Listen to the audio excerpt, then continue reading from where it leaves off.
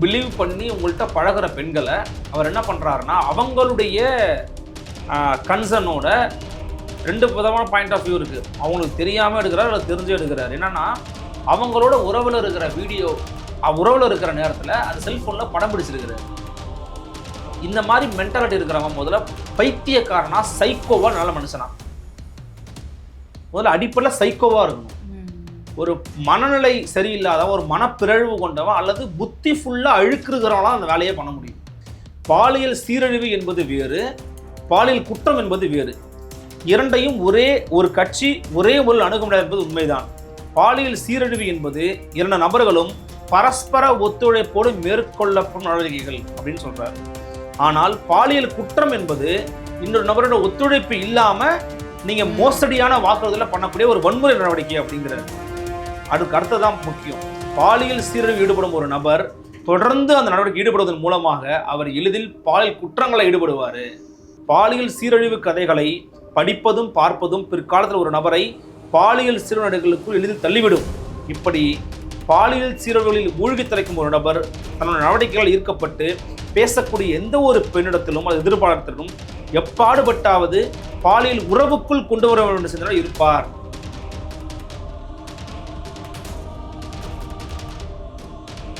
நிம்மதி property management. Contact 7667008999. நலம் தரும் நல்லார் சித்த மருத்துவமனை. இதய நோய், சர்க்கரை நோய், பக்கவாதம், சிறுநீரக பிரச்சனை, தண்டுவடம் மற்றும் மூட்டு பிரச்சனைகளுக்கு மிகச்சிறந்த மருத்துவமனை. கிருஷ்ணகிரி, சென்னை மற்றும் மதுரை. தொடர்புக்கு 8807666117 மற்றும் 8807666118. இப்போ ஒரு 4 நாட்களாக பார்த்தோம் அப்படின்னா இந்திய கம்யூனிஸ்ட் கட்சியை சேர்ந்த மதுர் சத்யா அவர்கள் மீது சில குற்றச்சாட்டுகள், பாலியல் குற்றச்சாட்டை வச்சிருந்தாங்க.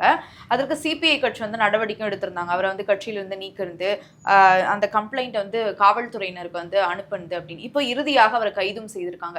கிட்டத்தட்ட 8 பெண்களுக்கு மேலே அவர் மீது பாலியல் புகார் அளிச்சிருக்காங்க. இப்போ இந்த எப்ஸ்டீன் ஃபைல்ஸ் தொடர்பாக சில விமர்சனங்கள்லாம் உலக அளவில் பேசப்பட்ட போது அதை ரொம்ப விமர்சித்து பேசுனது மதுர் சத்யா அவர்கள் தான். ஆனால் அவர் மீதே இப்படி ஒரு பாலியல் குற்றச்சாட்டு வந்திருக்கு. இதை நீங்கள் எப்படி பார்க்குறீங்க? ரொம்ப அதிர்ச்சியாக இருந்தது. நான் அதுக்கு ஒரு நேரில் பெருசாக சந்திச்சது இல்லை, பேசுனதெல்லாம் கிடையாது. ஒரே ஒரு முறை திரு அஸ்வத் அவர்கள் ஒரு நிகழ்ச்சிக்கு கூப்பிட்டுருந்தார், நோன்பு நிகழ்ச்சிக்கு. அப்போ நான் போய் நேரில் பார்க்கும்போது வணக்கம் சொல்லியிருந்தேன், அவ்வளோதான். அதுக்கு அவரோட பேசுனது பழகினதெல்லாம் கிடையாது. பட் என்னன்னா சன் நியூஸில் பேசுவார். அப்புறம் முக்கியமான சில முற்போக்கு ஊடகங்களாக தங்களை அறிவித்துக்கொள்கிட்ட பேசுவார். வெளிப்படையாக சொல்லணும்னா திமுகவை ஆதரிக்கக்கூடியவங்க மத்தியில் அவருக்கு ரொம்ப நெருக்கம் உண்டு. அவர் சிபிஐன்னு சொல்கிறத விட ஒரு திமுக ஆதரவாளர் தான் நிறைய பேர் பேசுனாங்க. ஏன்னா அவர் திமுகவை ரொம்ப டிஃபெண்ட் பண்ணாருங்கிறது தான் அவர் மேலே இருக்கிற விமர்சனமே அதிகமாக இருந்துச்சு. தனிப்பட்ட கருத்து நிலைப்பாடு அதெல்லாம் ஒன்றும் தப்பு கிடையாது. இதில் இப்படி இருக்கிறது என்னன்னா நான் பல பேரை பார்க்கும்போது அப்படி யோசிப்போம், அது ஒரு பெரிய குத்தம்லாம் ஒன்றும் கிடையாது. அறம் சார்ந்து ஏதோ ஒரு பிறழ்வு இருந்தாலுமே கூட இப்படி ஒரு மோசமான ஒரு மிருகத்தனமான ஒரு குணம் கொண்ட மனிதர்களா இவங்களாம் இருக்கிறாங்கன்னு பார்க்கும்போது நெஞ்செல்லாம் பதறுது நமக்கு. தி நியூஸ் மினிட் தமிழ்ல, தி நியூஸ் மினிட்ல ஆர்டிகல் எழுதியிருக்கிறாங்க, எல்லாரும் கட்டாயம் வாசிங்க, ஆங்கிலத்தில் இருக்குது. அவ்வளவு கொடூரம் விகடன்லையும் அதை போட்டிருக்காங்க. சில மேம்போக்கான சில விஷயங்களை பேசிட்டு நான் கடந்து போக விரும்புகிறேன். என்னன்னா, உங்களை பிலீவ் பண்ணி உங்கள்கிட்ட பழகிற பெண்களை அவர் என்ன பண்ணுறாருன்னா அவங்களுடைய கன்சர்னோட ரெண்டு விதமான பாயிண்ட் ஆஃப் வியூ இருக்குது. அவங்களுக்கு தெரியாமல் எடுக்கிறார் அதை தெரிஞ்சு எடுக்கிறார். என்னன்னா அவங்களோட உறவில் இருக்கிற வீடியோ உறவில் இருக்கிற நேரத்தில் அது செல்ஃபோனில் படம் பிடிச்சிருக்கிறாரு. இந்த மாதிரி மென்டாலிட்டி இருக்கிறவங்க முதல்ல பைத்தியக்காரனா சைக்கோவா நல்ல மனுஷனா முதல்ல அடிப்படையில் சைக்கோவாக இருக்கணும். ஒரு மனநிலை சரியில்லாத ஒரு மனப்பிறழ்வு கொண்டவன் அல்லது புத்தி ஃபுல்லாக அழுக்குறவங்களாம் அந்த வேலையே பண்ண முடியும். எவனாவது ஒருத்தன் அப்படி பண்ணுவானா? முற்போக்குவாதி, சிபிஐ, ஆச்சு ஊச்சு, நான் என்ன ஆளு எப்படி ஆளு பேசிக்கிட்டு இருக்கிறவங்களுடைய உண்மையான முகம் என்னங்கிறது இப்போ தெரியுது. ரொம்ப கொடூரமான முகம் அது. அதன் பிறகு அப்படியா பண்ணவர் அது என்ன பண்ணுறாருன்னா, செய்திகளில் வந்திருக்கிறத நான் உங்களுக்கு அப்படியே சொல்கிறேன். செய்திகளை தி நியூஸ் மினிட்ல வந்திருக்குது, விகடன்ல வந்திருக்குது, கட்டுரையா வந்திருக்குது. அப்புறம் அவர் என்ன பண்றாருன்னா அந்த வீடியோக்களை மற்ற பெண்களுக்கு பகிர்றாரு. மற்ற பெண்களுக்கு நான் எப்படி இருந்திருக்கிறேன்னு பாருன்னு பகிர்றாருன்னா எந்த மனநிலையில இருந்திருப்பான்னு யோசிச்சு பாருங்க. ஏதோ ஒரு குரூரமான புத்தி கொண்ட எனக்கு என்னன்னா நீங்கள் வர துவக்கத்தில் சொன்னீங்க நான் இந்த எப்ஸ்டின் ஃபைல்ஸ்லாம் பற்றி பேசினாருன்னு, அப்படியே வச்சு பாருங்க. பேச்சாடா பேசின, கொஞ்சம் கொஞ்சம் பேச்சா பேசுறேன்னு பேசினா கேட்ட அந்த மீம் மாதிரி எப்ஸ்டின் ஃபைல்ஸை பற்றி இவர் பேசியிருக்கிறார். அப்படி காலக்கொடுமை எங்கே போய் சொல்ல. அப்புறம் ஏதோ ஒரு ட்வீட் கூட ஒன்று பார்த்தேன். இவர் அதாவது இப்போ என்ன போட்டுக்கிட்டு இருக்காங்கன்னா, முற்போக்கு முகமூடிகளும் பாலியல் பொறுக்கிகள்னு போட்டுக்கிட்டு இருக்காங்க. இவர் மற்றவங்கள போய் பாலியல் பொறுக்கி பேசியிருக்கிறார். அப்படி ஒருமையில பேசியிருக்கிறார். அப்படி என்ன விஷயம் எதுன்னு தெரியாமலே மற்ற பேரை பேசியிருக்கிறார். அப்படி இவர் பார்த்தவங்களுக்கு பாடலாம் அவர் எடுத்திருக்கிறாரு. இந்த கொடுமை என்னன்னா, மற்றவங்களுக்கு பகிர்ந்து அவங்க கிட்டயும் தப்பா நடந்திருக்கிறார். இன்னொன்று, இந்த விஷயம் வெளியில வந்துருச்சு, இவர் ஒரு பதிவு போடுறாருமா. என்ன பதிவு போடுறாரு தெரியுமா? ஆங்கிலத்தில் தான் போட்டிருக்காரு. நான் தமிழை உங்களுக்கு சொல்கிறேன். நீங்கள் யாரும் என்ன நீங்கள் நல்லவன்னு நினைக்க போகிறதில்ல. என் மேலே உங்களுக்கு இன்னசென்ஸுக்கு நீங்கள் நம்ப போகிறதில்ல. இன்னொன்று, என் வாழ்க்கையில் நடந்த எல்லாமே மற்றவங்களுடைய கன்சர்ன் இல்லாமல் நடந்தது கிடையாது. என்ன நிறுவ முயற்சி பண்ணுறாருன்னாமா, அவங்க ஒப்புதலோட தானே அதை நிறுவ முயற்சி பண்ணுறாராமா. இதை குறித்து தொடர் மருதவர்கள் ரொம்ப அழகாக ஒரு பதிவு எழுதியிருக்கிறாங்க. இந்த பதிவை மட்டும் நான் சின்னதாக வாசிச்சிடுறேன். நம்ம அதோட இந்த நிகழ்ச்சியை நிறைவு பண்ணிடலாம். பாலியல் குற்றச்சாட்டுகளில் மத்தூர் சத்யா கைது, பிரபலவாத அரசியலில் இருண்ட பக்கம் எழுதியிருக்கிறாரு. இப்போ ஒரு அழகாக ஒரு விஷயத்தை பிரிக்கிறாரு. அது என்ன பிரிக்கிறார் அப்படின்னா, பல பெண்களை ஏமாற்றி பாலியல் மோசடி செய்ததாக அவர் மீது குற்றச்சாட்டு வைக்கப்பட்டிருக்கிறது. அதற்கு தனது சமூக வலைதளம் மூலம் பதிலளித்துள்ள மத்தூர் சத்யா தான் தொடர்புடைய பெண்களின் ஒப்புதலுடனேயே மேற்கண்ட செயல்களை செய்ததாக தெரிவித்திருக்கிறார். மேலும் தன்னுடைய இழிவான இந்த செயல்களுக்கான எந்த வருத்தமும் அவர் தெரிவிக்கவில்லை. மாறாக இப்பிரச்சனை எதிர்கொள்வேன் என்றும் அமைதியாக இருப்பது ஒன்றும் நான் ஒப்புக்கொள்ளப்பட சமம் அல்ல அப்படின்னு பேசியிருக்கிறாரு. இப்போ என்னன்னா, ஒரு அழகான ஒரு வார்த்தையை பயன்படுத்துறாரு தொடர் மருது. பாலியல் சீரழிவு என்பது வேறு, பாலியல் குற்றம் என்பது வேறு. இரண்டையும் ஒரே ஒரு கட்சி ஒரே முறையில் அணுக முடியாது என்பது உண்மைதான். பாலியல் சீரழிவு என்பது இரண்டு நபர்களும் பரஸ்பர ஒத்துழைப்போடு மேற்கொள்ளப்படும் நடவடிக்கைகள் அப்படின்னு சொல்றாரு. ஆனால் பாலியல் குற்றம் என்பது இன்னொரு நபரோட ஒத்துழைப்பு இல்லாம நீங்க மோசடியான வாக்குறுதியில் பண்ணக்கூடிய ஒரு வன்முறை நடவடிக்கை அப்படிங்கிறாரு. அதுக்கு அடுத்ததான் முக்கியம். பாலியல் சீரழிவு ஈடுபடும் ஒரு நபர் தொடர்ந்து அந்த நடவடிக்கை ஈடுபடுவதன் மூலமாக அவர் எளிதில் பாலியல் குற்றங்களை ஈடுபடுவாரு. நான் கன்சர்னோட பண்றேன்னு ஆரம்பிக்கிற ஒருத்தன் இது அடுத்த கட்டத்துக்கு என்ன பண்ணுவேன்னா, ஒரு கன்சர்ன்லாம் ஒரு பொண்ணை நீ வழியே ஏதாவது ஒன்று பண்ணுவேன். முதல்ல நீ அடிப்படையில் கம்யூனிஸ்டாக இருக்க தேவையில்ல, சாதாரண மனிதனாக இருந்தாலே ஏங்க இதெல்லாம் நான் ஒன்று சொல்கிறேன். இந்த பல்லுக்கிறவன் பகோடா சாப்பிடுவான், அவனுக்கு இருக்க அனுபவிக்கிறான், இதெல்லாம் தேவையில்லாத ஸ்டேட்மெண்ட். இப்படி சொல்லி சொசைட்டி ரொம்ப டாக்ஸிக்காக மாற்றி வச்சுட்டானுங்க. அப்புறம் இன்னொன்று சொல்லுவாங்க, தனி மனித வாழ்க்கைக்கும் அரசுக்கு தொடர்புள்ள தோழருன்னுவான். அது முதல்ல அந்த மாதிரி சொல்கிறவங்களை போட்டு புழகணும்னு எனக்கு ஆசை. தனி மனித வாழ்க்கையில் சரியா இல்லாதவன் எப்படிங்க பொது வாழ்க்கையில் சரியா இருப்பான்? அதில் ஒழுக்கம் தனி மனித வாழ்க்கையில சரியா இருக்கணுங்கிறது தான். இப்போ ஒரு பிள்ளைக்கு நீங்க ஒரு வாக்குறுதி அந்த வாக்குறுதியை நீங்க காப்பாற்றணும்ல, அவங்களும் உங்களுக்கு விழிவா இருக்கணும்ல. இவங்க என்ன பண்றாங்கன்னா, பூமரு லூஸ் மாதிரி பேசிக்கிட்டு இருப்பான். உனக்கு பூமரா தெரியலாம் தம்பி, அந்த விஷயம் வரும்போது அவனோட வழி என்னங்கிறது உங்களுக்கு தெரியும். அந்த விஷயம் தெரியாம முற்போக்கு முகமூடி இன்னொன்று பண்ணியிருக்கிறாரு. என்ன பண்ணியிருக்காருன்னா, ஒரு வாட்ஸ்அப் குரூப் உருவாகி இருக்கிறாரு. வாட்ஸ்அப் குரூப்பா இல்லை பொதுவான குரூப் போகணும்னு, அதில் முற்போக்கு பேசலாம் கூப்பிட்டுக்கிறது. அப்படி கூப்பிட்டு பேசி பேசி பேசி அந்த பிள்ளைங்கள்ட்ட நட்பா பழகிறவங்கள்ட்ட இந்த மாதிரி பேசி நம்ம இப்படி இருக்கலாம் அப்படிலாம் சொல்லி ஃப்ளர்ட் பண்ணிருக்கிறாருங்கிறதெல்லாம் அதில் போட்டிருக்கிறாங்க. பல பெண்கள் அவர் எடுக்கும்போதே ஃப்ளர்ட் பண்ணிதாங்க என்கிட்ட பேசினாரு. அவரோட பொலிட்டிக்கல் இன்ஃப்ளூயன்ஸ் இருக்கிறதுனால நான் பயந்துட்டேன்.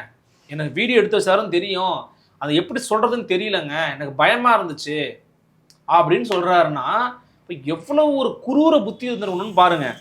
ஆபாச திரைப்படங்களாகட்டும், ஆபாச கதைகளாகட்டும், ஆபாச துணுக்குகள் ஆகட்டும், அவை அதில் வரும் மாந்தர்கள் யாராக இருக்கிறார்கள்?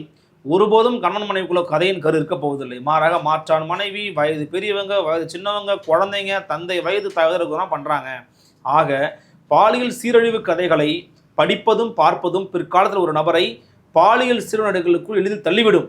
இப்படி பாலியல் சீரழிவுகளில் மூழ்கி திளைக்கும் ஒரு நபர் தன்னோட நடவடிக்கைகள் ஈர்க்கப்பட்டு பேசக்கூடிய எந்த ஒரு பெண்ணிடத்திலும் அது எதிர்பார்த்திலும் எப்பாடுபட்டாவது பாலியல் உறவுக்குள் கொண்டு வர வேண்டும் செஞ்சாலும் இருப்பார் அப்படிங்கிறத ரொம்ப தெளிவாக முடிகிறாரு. ஆக பாலியல் சீரழிவு அப்படிங்கிறது படிப்படியாக ஒரு மனிதன் என்ன பண்ணோம், பாலியல் குற்றங்களை நோக்கி நகர்த்தும் அப்படிங்கிறாரு. இப்போ கம்யூனிஸ்ட் கட்சி ஒரு நல்ல கட்சி, அதில் ஒன்றும் ஒரு மாற்று கருத்துமே இல்லை. அந்த கட்சி இந்த நடவடிக்கை முதல்ல நம்ம ஹேட்ஸ் ஆஃப் பண்ணி வணக்கம் சொல்லி வாழ்த்தணும். சிபிஐ தான் நடவடிக்கை எடுத்துருக்காங்க பாருங்க. இந்த மாதிரி எந்த கட்சியும் நடவடிக்கை எடுக்கும்? நான் உதவி பண்ற அந்த பிள்ளைக்குன்னு சொல்லி வந்திருக்கிறாங்க. இதில் என்ன அதிர்ச்சி விட்டக்கூடிய விஷயம்னா, இவரெல்லாம் தொடர்ச்சியா முற்போக்கா பேசி சன் நியூஸ்லாம் எவ்வளோ பெரிய சேனலுமா, ஒரு பயனியர் ஆஃப் தமிழ்நாடு, தமிழ்நாட்டுக்கு ஊடகங்களுக்கு ஒரு முன்னோடி சன் நியூஸ், அதில் உட்காந்து அவர் பேசியிருக்கிறாரு. இன்னும் பல ஊடகங்களை பேசியிருக்கிறாரு. அவருக்கு அவ்வளோ ஸ்பேஸை வழங்கியிருக்கிறாங்க. ஆனால் அவருடைய இந்த பின்னணி வந்து எல்லாருக்கும் அதிர்ச்சி அடிச்சிருக்கு. அப்போ என்னன்னா, இது அஸ்வத் சரிதை கூட போட்டிருந்தார், எஸ்டிபியில் இருக்கிறார், அவர் போட்டிருந்தார், இன்னும் பல பேர் போட்டிருந்தாங்க. ஏங்க அவ்வளோ ஏங்க நம்ம ஐயா மருதையன் போட்டிருந்தாருங்க, தொடர் மருது போட்டிருந்தாரு. நான் வெட்கப்படுறேன், இந்த மாதிரி ஆட்கள்லாம் நான் வந்து என் கூட வந்திருக்காங்கன்னு வெட்கப்படுறேன் அப்படின்னு போட்டிருக்கிறாரு. ஏன்னா அவர் பேசுகிற தளங்கள்லேயே அவரும் பேசியிருந்துருக்கிறாரு பல முறை. இப்போ நம்ம என்ன சொல்ல வரோம்னா, முற்போக்கா பேசுகிறாங்களா இல்லை பிற்போக்கா பேசுகிறாங்களா அதெல்லாம் ஒரு பக்கம் பாருங்க. ஆனால் தனி மனிதரையும் அவங்க எப்படி இருக்காங்கன்றத முதல்ல பாருங்க, அதையும் பாருங்க. அதை வச்சு அதில் குறையோடு இருக்கிற ஒரு நபர் என்னவா பேசினா உங்களுக்கு என்னங்க, என்னவா பேசினா உங்களுக்கு என்ன? அப்போ அது வந்து ரொம்ப ரொம்ப ஆபத்தான ஒரு விஷயமா நம்ம பார்க்குறோம். அந்த ஆபத்தான விஷயத்தில் சிக்கின இந்த பெண்களுக்கு நீதி கிடைக்கணும். இவர் இன்னைக்கு வந்து கைது பண்ணியிருக்கிறாங்க. இவருடைய தொடர்பில் இருக்கலாம் யாரும் கண்டுபிடிக்கணும். இவருடைய தொடர்பில் யார் இருந்திருக்கிறாங்க, இவருடைய நீட்சி என்ன, இவர் கிளப்பாக செஞ்சு பண்ணியிருக்கிறாரா, இவர் இன்ஸ்டாகிராமில் வந்து யாரோ ஒருத்தர் கேட்டிருக்காங்க, நீங்கள் சிங்கிள் அளவுக்கு பதில் சொல்லியிருக்கா, அப்படி நான் சிங்கிள் தான், அதெல்லாம் எது கேட்குறாங்கன்னு தெரில. நம்ம பெண்களை ஸ்கேம் பண்ண நினச்சிக்கிட்டு இருக்காங்க போல. என்னங்க நீங்கள் என்ன பேசியிருக்காரு பாருங்க, என்னெல்லாம் பேசியிருக்காரு பாருங்க. இப்போ அரசியலற்ற நபர்களும், அதாவது குறிப்பாக சொல்கிறேன், ஆண்கள் வந்து பாலியல் குற்றவாளியாக மாற்றப்படுறாங்க, இல்லை பாலியல் குற்றத்துக்கு ஈடுபடுறாங்க அப்படின்னா, இன்னொரு பக்கம் முற்போக்குவாதிகள் இந்த மாதிரியான நடவடிக்கையில் ஈடுபடுறாங்க அப்படின்னா, இது எப்படி எடுத்துக்கிறது? இந்த அரசியல் அறிவை வந்து இதற்காக பயன்படுத்த இல்லை. என்னன்னா, இது வந்து நமக்கு வந்து ஒரு எச்சரிக்கை மணிங்கிறேன். முற்போக்கா பேசக்கூடியவங்க இன்னொன்று அதில் ரொம்ப அழகாக எழுதியிருப்பார். உழைப்பை பற்றி உங்களுக்குலாம் தெரியாது. இன்ஸ்டாகிராமில் பதிவு போடுறது, ட்விட்டரில் 4 வார்த்தை பேசுறது, அச்சிசியமாக பேசுறது, அப்புறம் மைக் அடிச்சா பேசுறது. உழைக்கணும். ஒரு கம்யூனிஸ்ட்டு, ஒரு லெஃப்ட், எங்கள் மாமா வந்து ஒரு கம்யூனிஸ்ட்டு, இப்போ வரைக்கும் உழைச்சிட்டு தான் இருக்கிறார் கட்சிக்கு. உழைப்புல இருந்து ஒருத்தன் வரும்போது தான் ஒருத்தருடைய புரட்சிகர சிந்தனைங்கிறத முதல்ல உள்வாங்கவே முடியும். நிறைய பேர் இப்போ இருக்கிறாங்க, எனக்கு தெரிஞ்சவங்க அப்படிலாம் இருக்கிறாங்க.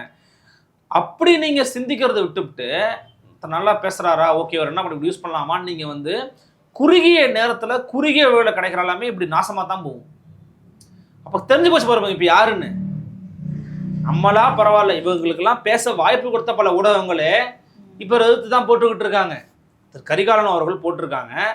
அந்த விவகாரத்தில் பெண்கள் கூட அவருக்கு உடந்தையாக இருந்திருக்கிறாங்கன்னு ஒரு பதிவு போட்டிருக்கிறார். அப்படி அவர் அதெல்லாம் நமக்கு படிக்கும் போதே ஷாக்கிங்கா இருக்குது. இப்படிலாம் இருப்பாங்களா, இதுக்கு கூட ஒரு பெண்ணு உடந்தையா இருந்திருக்கிறாங்கன்னா அவங்களுக்குலாம் என்ன முற்போக்கு, என்னத்துக்கு இதெல்லாம் பேர் போட்டுக்கிட்டு திரியிறீங்க, ஒன்றும் புரியல. இல்லை மார்க்ஸ் அதான் சொன்னாரா, எல்லாத்தையும் டேக்கன் ஈஸியா எடுத்துக்கிறாங்க. மார்க்ஸும் ஜென்னியும் அந்த காதலை படிச்சவங்க, அந்த உணர்வை புரிஞ்சுக்கிட்டவங்களால அப்படிலாம் இருக்க முடியுமா?